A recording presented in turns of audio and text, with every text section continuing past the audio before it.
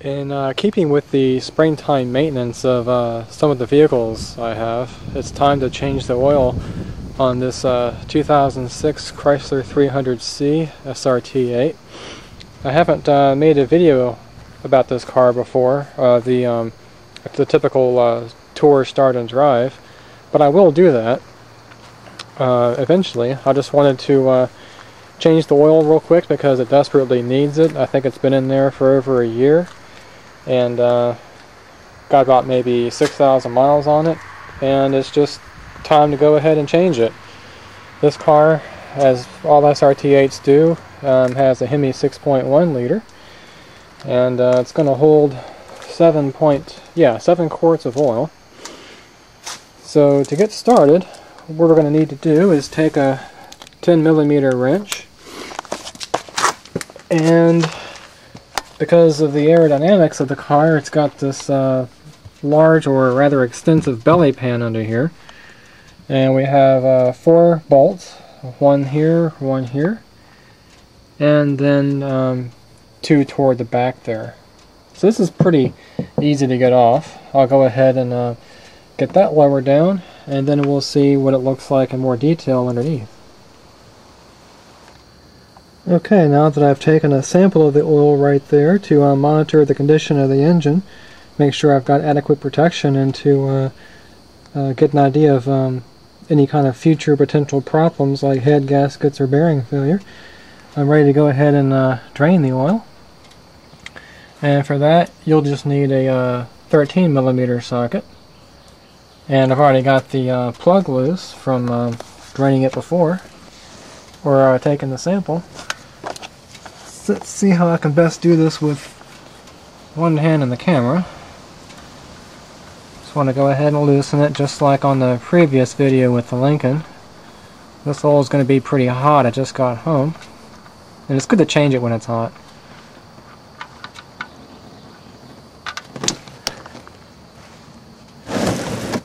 And just let it drain like that.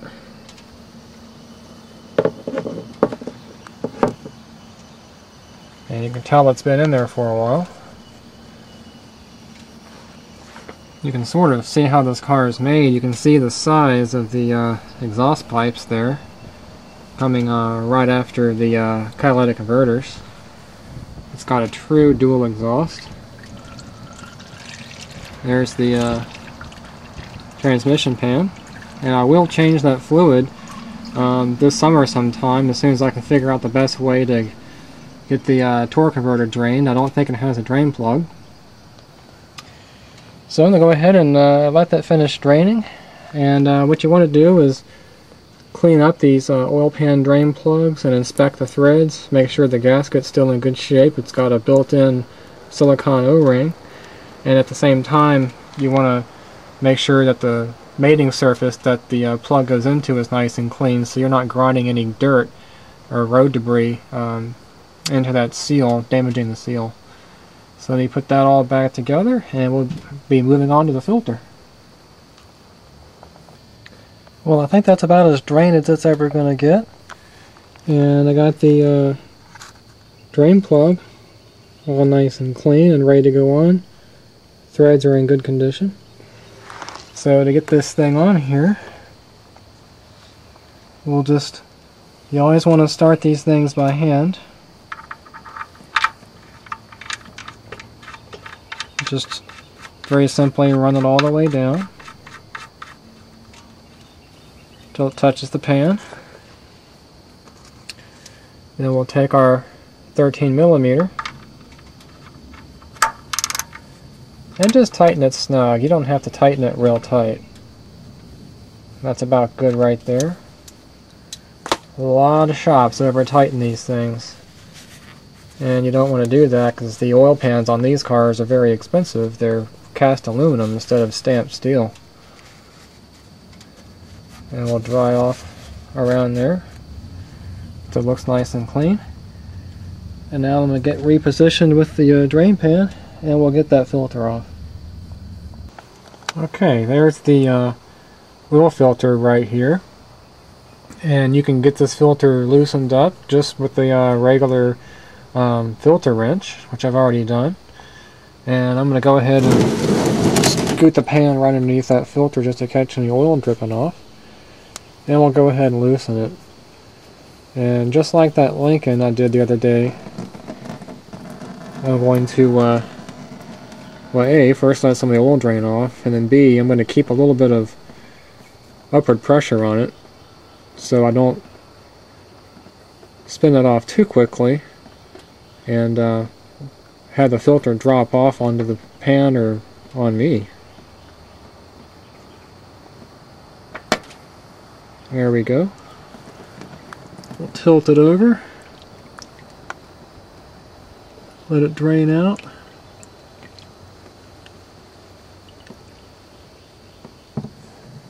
And we'll just set that down like that. That's where the adapter is on the block. Looks to be in really good shape. I'm going to go ahead and clean that off and prepare the new filter. Okay, now that I've got the old filter off and the adapter on the block cleaned up, it's time to go ahead and pre-charge the new filter. And on this car it's actually pretty easy because the filter is completely vertical. You don't have to mount the filter at an angle, so you can get a lot of oil dumped in there. For the filter I'm using the Donaldson filter. This is the filter with the Syntec media. It's the highest quality, most efficient filter on the market that I know of. And one of the things that sets it apart, it's got this wrap around here that's tight around the entire filter to keep everything clean. So the initial cleanliness of the oil that you're putting in here is exceptional. So we'll just get that wrap off.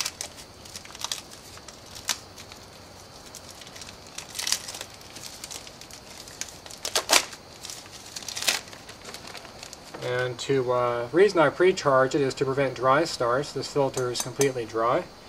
And those of you watching that work on your own SRT8s or the 5.7 Hemi, you'll notice this filter is a little bit longer than usual.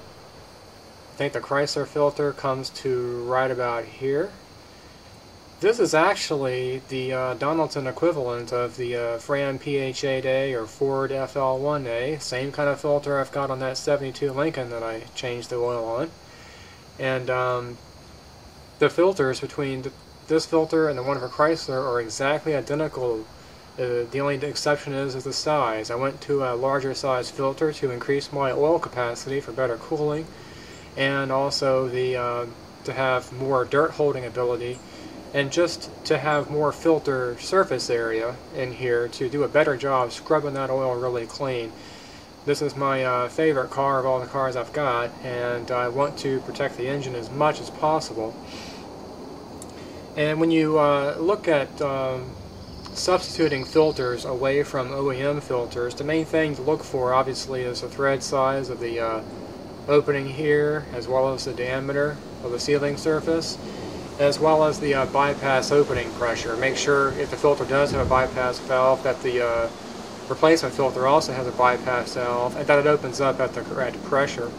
Those are pretty much the only criteria that you have to use. And I just think I'm going to get a much better filtration out of this than the standard filter. So we'll go ahead and pre-charge it, and what I'm going to do is pour some oil down the center tube here. And I'm going to pour as much oil in there as I can. And for the oil, I'm going with the Amsoil Synthetic 10W40. The manual calls for a 040 or a 5W40. I'm going a little bit thicker here to, again, protect the engine a lot better. And trying to get a close-up view because I want you guys to see this. One of the benefits of this particular filter, as well as the oil, is the filter flows much more efficiently. You guys might want to try this at home with the filters that you have and the oil that you use. And I don't know if you can see this, but hopefully you can see how quickly that oil is dropping on down, that oil level anyway is dropping on down, and see how much oil I'm actually getting into the filter. The Syntec media from Donaldson is actually what's used on the Donaldson Endurance filters for the heavy-duty trucks. And one of the benefits there is that it flows so much easier in cold weather than the standard cellulose media or paper media found in most other filters. So you pretty much virtually, between the oil that you use and the kind of filter, you're pretty much eliminating dry starts, which is where a lot of your engine wear occurs, especially if you're like me and you don't drive your car, or at least this particular car, every single day. I want to keep the mileage low, and plus the gas mileage isn't really all that great, but that's not really why I got it. The main reason I got it is primarily it's fun to drive, but also the engine mechanically is really no different than, you know, the regular Chevy 350 V8 or Ford 5.8 liter or the big Ford 460 I just worked on the other day.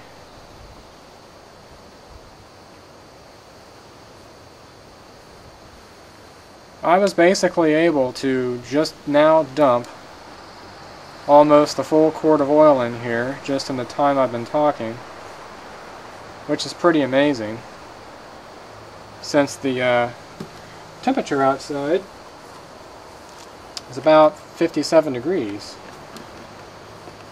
And now what we'll do is we'll just tilt that a little bit, and you want to lubricate the sealing ring liberally. You want to be able to get this thing back off the car.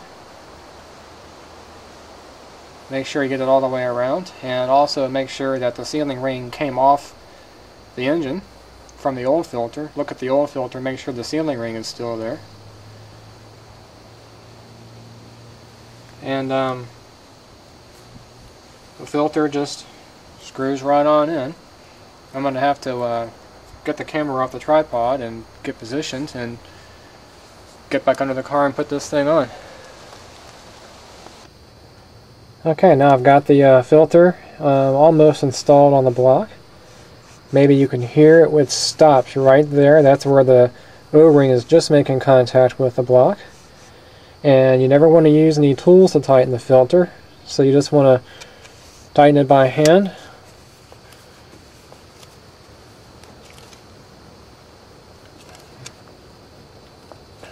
Just like that, good and snug. And that's all there is to that. Let me switch back out of night shot mode.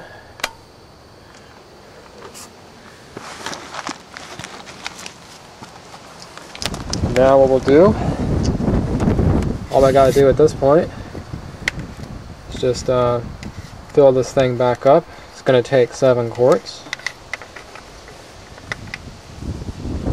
And what you want to do is you want to look at the underside of the oil filter cap, make sure that's all nice and clean, make sure the O-ring is in good shape, and it is.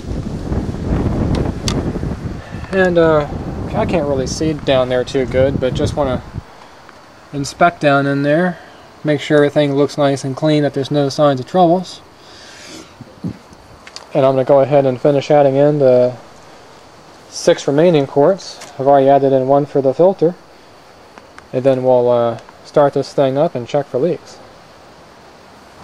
Okay, now that the oil's been put in here, 7 quarts, and the oil filter cap tightened up, it's time to leave this thing up on the ramps, go ahead and fire it up and check for leaks.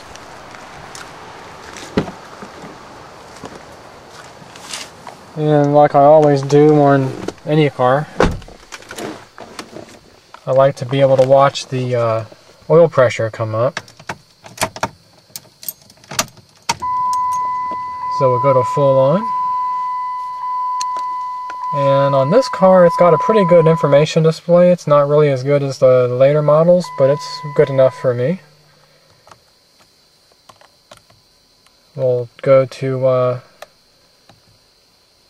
oil. The engine is still warm, so you want to make sure that you change the oil with a warm engine.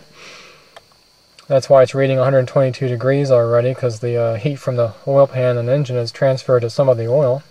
I'm not sure where the oil temperature center is on this engine either. It'll be interesting to see how quickly that pressure comes up with the combination of that filter and the particular kind of oil and the pre-charging. So here we go. Almost instantaneously.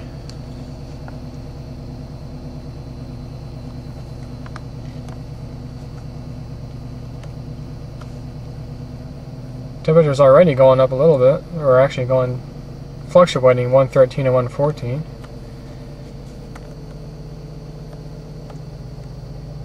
Might be that the colder oil that I just put in is actually hitting that temperature sender and causing the temperature to go down a little bit. I would have thought it would have gone up a little. But we've got really good oil pressure, which is crucial to any engine.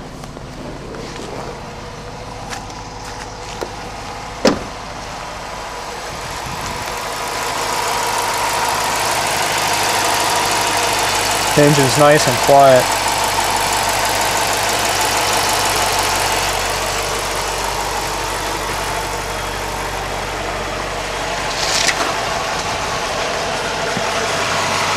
Let's change to night shot, check the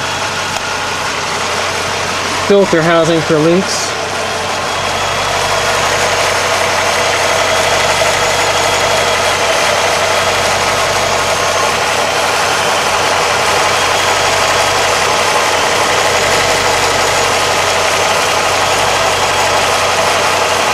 Getting kind of warm, so temperature is coming up, but that filter is nice and dry. And of course the drain plug is nice and dry, so we know we can go ahead and put on the belly pan under here and maybe go for a little drive or something.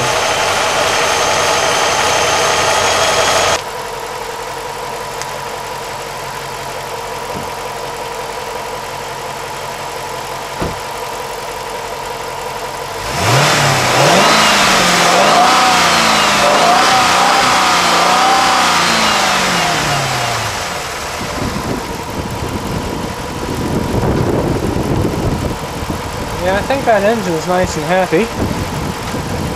So, go ahead and shut the hood and go for a little drive.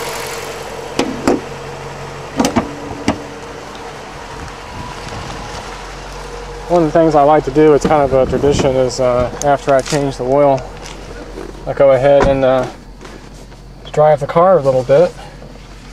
And just to kind of circulate the oil around really good and get everything up to temperature. And it's getting right on up there, 180 degrees. You never really want to overstress an engine or rev it up or be hard on it and when the oil is cold. And as you notice, as the temperature went up, the pressure went down. Totally normal.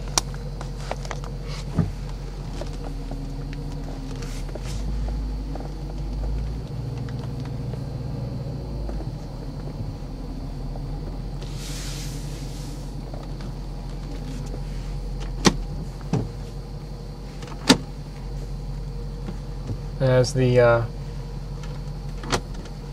engine slows down, the pressure goes down, and as we rev the engine up, pressure goes up.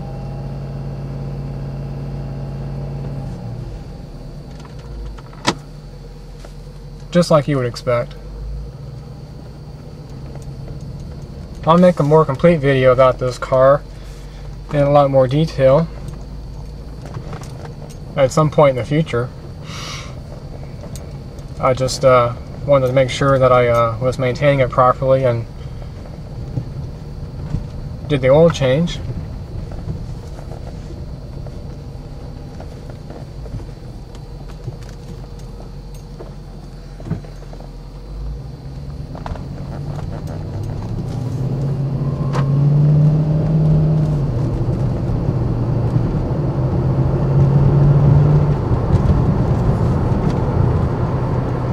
This car is so much fun to drive.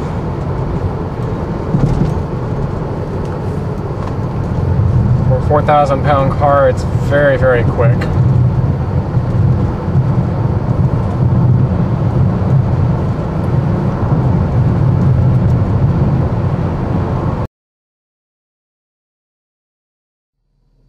Now we'll do a moderate throttle acceleration.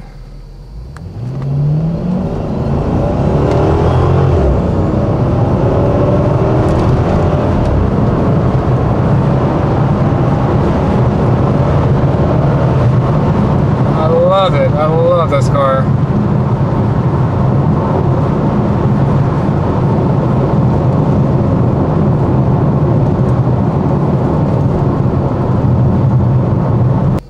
And there's the normal operating temperature of the oil as well as the pressure. And temperature outside is about 54 degrees. On a hot day, that temperature, usually for me anyway, gets around 221, 224 degrees when it's around 90 to 95 degrees outside. But minimum temperature, 212, 213 degrees Fahrenheit, that is not by accident with the regular engine temperature, which is hovering around normal. You want your oil to be at least 212 degrees, if not a little bit higher, because as the engine, as the combustion process continues, you've got moisture getting into the engine crankcase, bypassing the pistons in the form of blow-by. And that moisture slowly gets into the oil over a period of time and can cause acidic effects and corrosion on your engine bearings, as well as lots of engine sludge and things like that. So you want to make sure that that oil temperature gets above 212 degrees or a little bit higher for a period of time, you know, at least a half hour or so. So all that moisture that was churned up in the crankcase and the oil has a chance to evaporate and get sucked up into the PCV system and burned out of the tailpipe. If you do that, you'll ensure that your engine is going to stay clean for the life of the engine. A lot of people, especially with cars like this, the high performance cars, they'll put big huge oil coolers on them and 180 degree thermostats and things like that. You don't necessarily want to do that. If you do use an engine oil cooler, make sure that it's the kind of oil cooler that has a thermostat in there that will let the engine oil get no lower than 212, 215 degrees, something like that. The oils are actually designed to operate, the anti-wear additives in the oils are actually designed to activate and operate under certain temperatures and pressures, and you want to make sure that you're within that operating range to protect your engine. Anyway, that's just a quick oil change on this beast, and this car is definitely a beast. I will make a more detailed video of it when I get some time. I'm still wrenching on that Ford Crown Victoria over there, trying to get that thing back on the road, but I can't really ignore some of the other cars like the Lincoln Continental and the 300C SRT8. All the other cars have to be maintained as well too. And what the procedure that I did in this video should work for the regular Chrysler 300 or Dodge Charger RT with the 5.7 Hemi. They're basically the same engines.